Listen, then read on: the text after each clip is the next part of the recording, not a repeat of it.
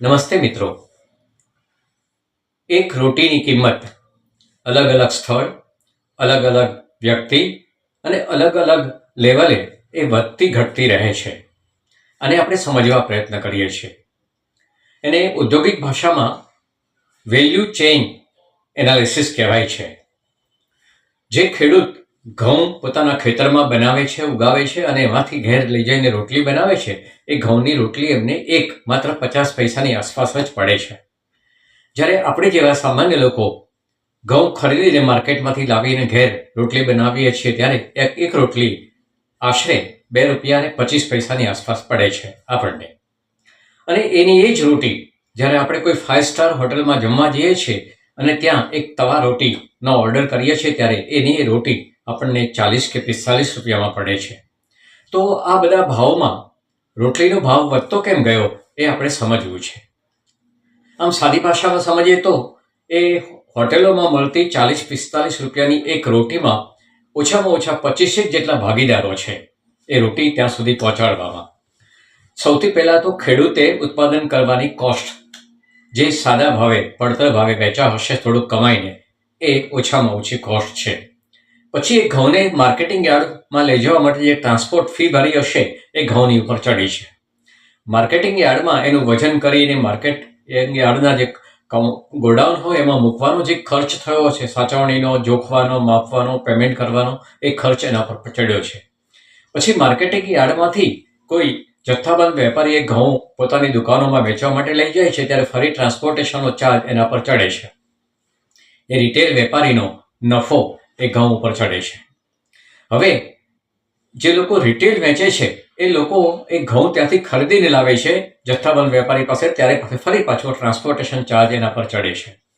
દુકાનવાળો પોતાનો નફો પણ ચડાવે છે. ત્યાર પછી આપણે એ ઘઉં રિટેલ વાળા પાસે ખરીદવા જઈએ છીએ ત્યારે કોઈ વાહન લઈને જઈએ છીએ, ભલે નાનું વાહન હોય પણ એમાં જે પેટ્રોલ વપરાય છે એ, અથવા તો ભાડે કરીને લાવીએ છીએ ત્યારે એનો ચાર્જ ચડે છે. ઘઉં સીધા રોટલીમાં નથી વપરાતા, એને દળાવા જવું પડે છે. જો ઘરઘંટી હોય તો ઇલેક્ટ્રિસિટી બળે છે અને બહાર દળાવા જઈએ તો એ દળાવા જવા આવવાનો ખર્ચ, પેટ્રોલ અને દળાવાવાળા જે આપણી પાસેથી ચાર્જ લે છે એ ચાર્જ એના પર ચડે છે. અને જ્યારે આપણે રોટલી તૈયાર કરીએ છીએ ત્યારે ₹2.25 પડે છે. જ્યારે 5 સ્ટાર હોટલોવાળા આ જ વસ્તુની આગળ લઈ જાય છે.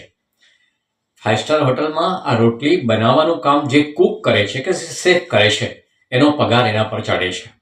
પ્રપોર્શનેટલી ચડે છે. એ દિવસમાં જેટલી રોટલીઓ બનાવતો હોય એમાંની એક રોટલીનો પણ ચાર્જ પ્રપોર્શનેટલી એના પર ચડે છે. એ રોટલી બનાવવા માટે જે ગેસ કે ઉર્જા વપરાય છે, ઇલેક્ટ્રિસિટી પણ હોય છે ઘણી જગ્યાએ, એ ઇલેક્ટ્રિસિટી કે ગેસનો ચાર્જ એ રોટલી ઉપર ચડે છે. ત્યાંથી જે લોકો ઓર્ડર આપે છે ત્યાં સુધી અને પીરસવા લઈ જનાર વેઇટરનો પગાર પણ આ રોટલી ઉપર ચડે છે. એટલું જ નહીં, એ રોટલીને શણગારવા માટે ઉપર ઘી કે માખણ કે જે કંઈ લગાવે છે એ એક્સ્ટ્રા ચાર્જ રોટલી ઉપર પાછો ચડે છે. એમ એક વેઇટર આપણા થાળીમાં એક રોટલી મૂકે છે ત્યારે એ રોટલી લગભગ 20-22 રૂપિયાની થઈ જાય છે. હજુ આટલે અટકતું નથી. આપણે જે 5 સ્ટાર હોટલમાં કે જે સરસ રિસોર્ટ પર એ રોટલી મગાવી છે, તવા રોટી મગાવી છે, એ રિસોર્ટમાં જે સુશોભન છે, જે બગીચો છે, જે એર કન્ડિશન્સ છે, જે લાઇટ છે, જે ઝુમ્મરો લટકાવ્યા છે, જે ધીમું સંગીત વગડી રહ્યું છે, આપણે બેસવા માટેની જે સોફા, ચેર, ડાઇનિંગ ટેબલ મળ્યા છે, એ બધાનો ચાર્જ પ્રપોર્શનેટલી આ એક રોટલી ઉપર પણ ચડે છે. ઉપરાંત એ રેસ્ટોરન્ટવાળાનો પર્સનલ વ્યક્તિગત નફો પણ આ રોટલી ઉપર ચડે છે. આમ ખેતરમાંથી નીકળેલા ઘઉં આપણા મોં સુધી, એટલે ફાર્મ ટુ ફોર્ક, આપણા ચમચા સુધી ચડે છે, ચેપિયા સુધી ચડે છે, ત્યાં સુધીમાં ઓછામાં ઓછા 25 લોકોના હાથમાંથી આનું હસ્તાંતરણ થઈને આવે છે. કોઈ પણ વ્યક્તિની કે વસ્તુની કિંમત જેટલું હસ્તાંતરણ થાય, એની પર જેટલી પ્રોસેસ થાય, જેટલા લોકોનો નફો ચડતો જાય એમ એની કિંમત વધતી જતી હોય છે.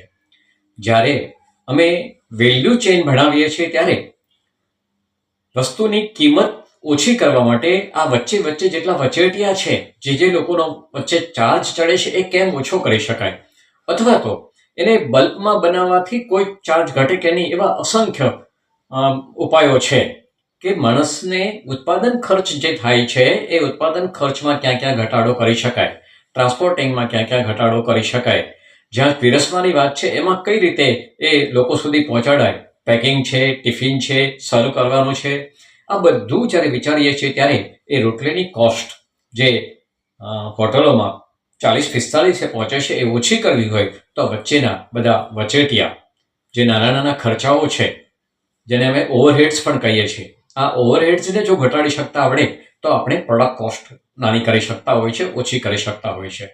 હજુ પ્રોડક્ટ બનાવવાની કેટલીક ઓટોમાઇઝેશન પદ્ધતિઓ વિકસાવાય છે. કેટલાક લોકો એવા મશીન લઈ આવ્યા છે કે એક સાથે જથ્થાબંધ રોટી એમાંથી બને. ત્યારે પેલા કૂકનો અને એક એક પીરસવાનો, એક એક વસ્તુ બનાવવાનો, ઉતારવાનો, ચડાવવાનો ખર્ચ ઘટે છે. જ્યારે આપણે કોઈ પણ વસ્તુની કિંમત ઘટાડવા ઈચ્છતા હોય ત્યારે આ વચ્ચેના નાના નાના જે ઓપરેશન્સ છે આ ઓપરેશન્સનો સ્ટડી કરવો પડે, એનો અભ્યાસ કરવો પડે અને કયા ઓપરેશનમાં કેટલો ખર્ચ થાય છે, વધુમાં વધુ ક્યાં કોસ્ટ ચડે છે, ઓછામાં ઓછી ક્યાં કિંમત ચડે છે, આ બધું જોયા પછી, અભ્યાસ કર્યા પછી આપણે કોઈ પણ પ્રોડક્ટની કોસ્ટને ધારીએ તો ઓછી કરી શકતા હોઈએ છીએ. મિત્રો, આપણી આસપાસ જે કાંઈ આપણે કરીએ છીએ એ બધી જ બાબતોનું આ વેલ્યુ ચેઇન મેનેજમેન્ટમાં, વેલ્યુ ચેઇન એનાલિસિસમાં લઈ જઈને ધારીએ તો એની કોસ્ટ ઓછી કરી શકાતી હોય છે. મિત્રો, આ વાત તમને ઉપયોગી થઈ હોય તો લાઈક કરશો, મારી ચેનલ સબસ્ક્રાઈબ કરશો. Thank you very much.